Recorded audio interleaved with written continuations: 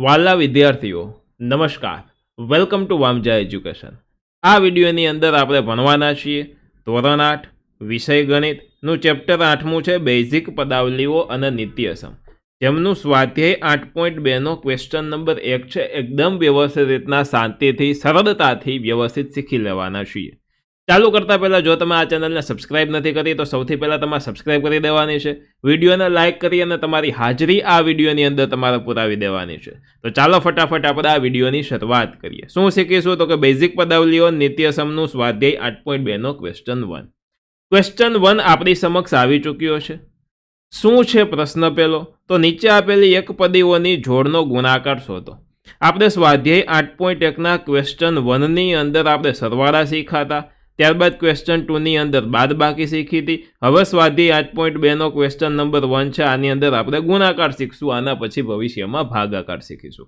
તો ગુણાકાર શીખવાના છે, તો અહીંયા આપણી પાસે એક પદ છે, અહીંયા બીજું પદ છે અને જેમનું આપણે ગુણાકાર શીખવાનો છે। તો સૌથી પહેલાં હું લખી લઈશ 4, ત્યારબાદ વચ્ચે ગુણાકારની નિશાની કરીશ, પછી લખીશ 7p।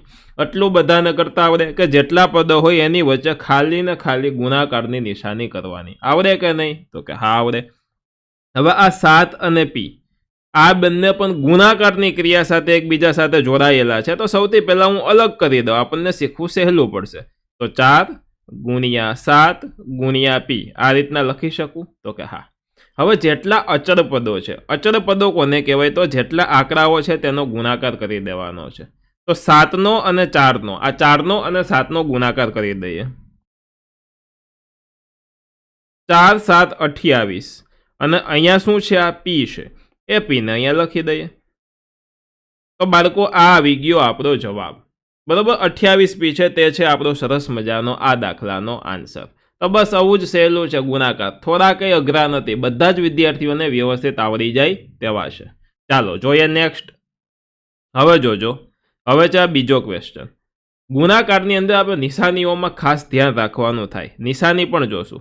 સૌથી પહેલાં હું લખીશ -4p, વચ્ચે ગુણાકારની નિશાની કરીશ અને પછી લખીશ 7p।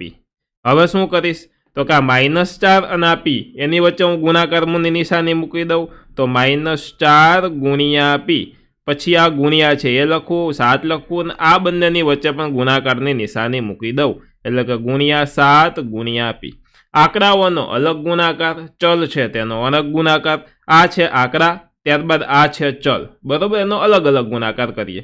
7 ચોક 28 થાય, તો હું 28 લખી લઉં। હવે આપણે નિશાનીઓ શીખાતા કે વધતે વધતે વધતા હતું, ઓછે ઓછે વધતા હતું, વધતે ઓછે ઓછા હતું અને ઓછે વધતે વધતા હતું। તમે કહેશો સર આ તો સરવાળા બાદબાકી માટે હોય, પરંતુ બાળકો ગુણાકાર ભાગાકાર માટે પણ આ જ હોય, બરાબર। તો બે સમાન નિશાની સરવાળો, બે સમાન નિશાની સરવાળો, બે અલગ નિશાની બાદબાકી, બે અલગ નિશાની બાદબાકી, બરાબર, બે અલગ નિશાની બાદબાકી હોય, શું હોય? બાદબાકી હોય। ઓકે, હવે જુઓ, અહીંયા જોવો જોઈએ, આપણે 4નો અને 7નો ગુણાકાર કર્યો, પરંતુ અહીંયા આગળ કાંઈ નિશાની નથી, તો આ પ્લસ ગણી લ્યો। ગુણાકારની છે, પરંતુ ધન છે કે ઋણ છે, પ્લસ છે કે માઇનસ છે? જો માઇનસ નિશાની ન હોય તો પ્લસ હોય, તો પ્લસ ગણી લીધો। ત્યારબાદ આ માઇનસ છે, તો આ ઓછે વધતે શું થશે? તો જોવો જોઈએ, ઓછે વધતે ઓછા થશે, એટલે એ ઓછાની નિશાની આગળ મૂકવાની આપણે છે। ત્યારબાદ p ગુણ્યા p શું થશે? 2 વાર p હોય તો p નો વર્ગ। તો આ થઈ ગયો બાળકો આપણો રાઈટ આન્સર, એટલે કે સાચો જવાબ। નેક્સ્ટ ત્રીજો દાખલો જોવો જોઈએ।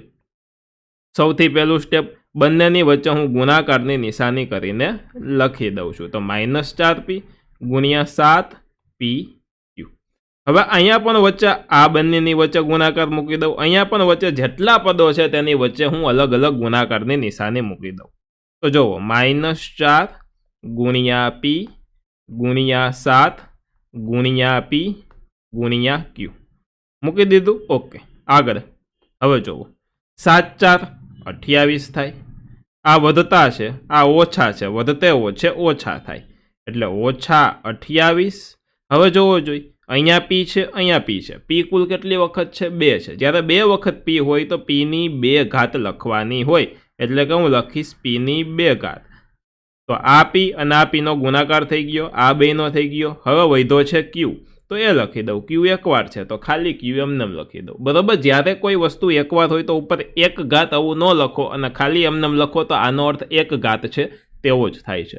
તો આ આવી ગયો આપણો આ દાખલાનો સાચો જવાબ, એટલે કે રાઈટ આન્સર. ડન. ચાલો નેક્સ્ટ જોઈએ. સૌથી પહેલાં હું શું કરીશ, બંનેની વચ્ચે ગુણાકારની નિશાનીઓ છે મૂકી દઈશ. બરાબર, તો 4p ની 3 ઘાત ગુણ્યા, હવે આ માઇનસ છે તો હું કાઉન્સમાં લખું -3p. ડન.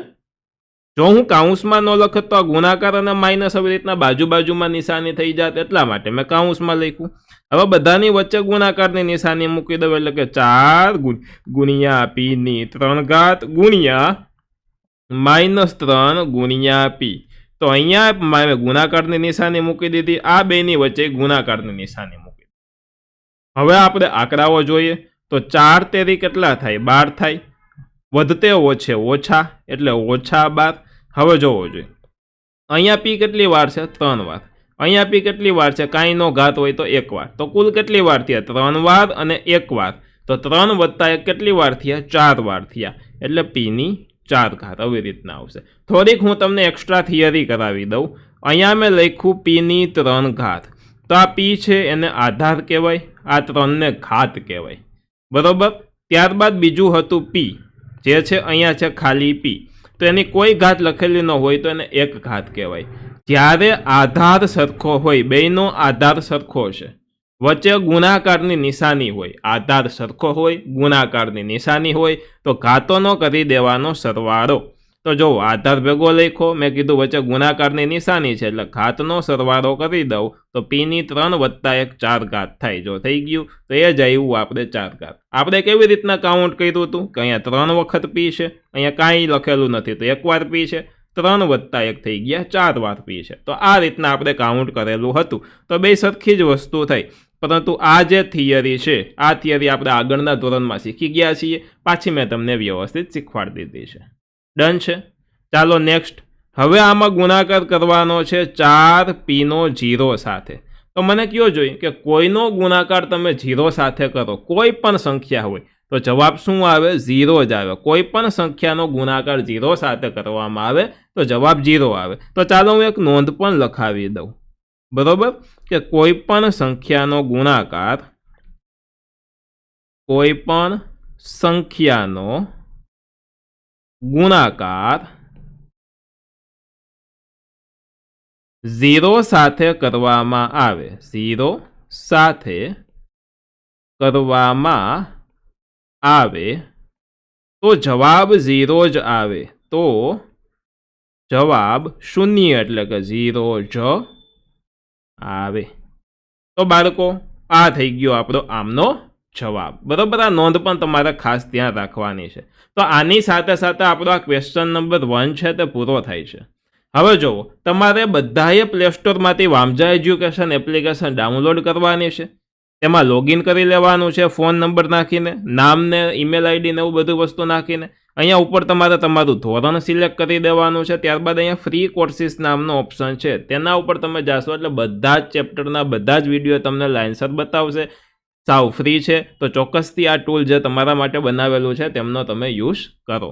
તમારે જો કોર્સ ખરીદવો છે તો આ કોર્સિસ નામના ઓપ્શનમાંથી કોર્સ ખરીદી શકો છો.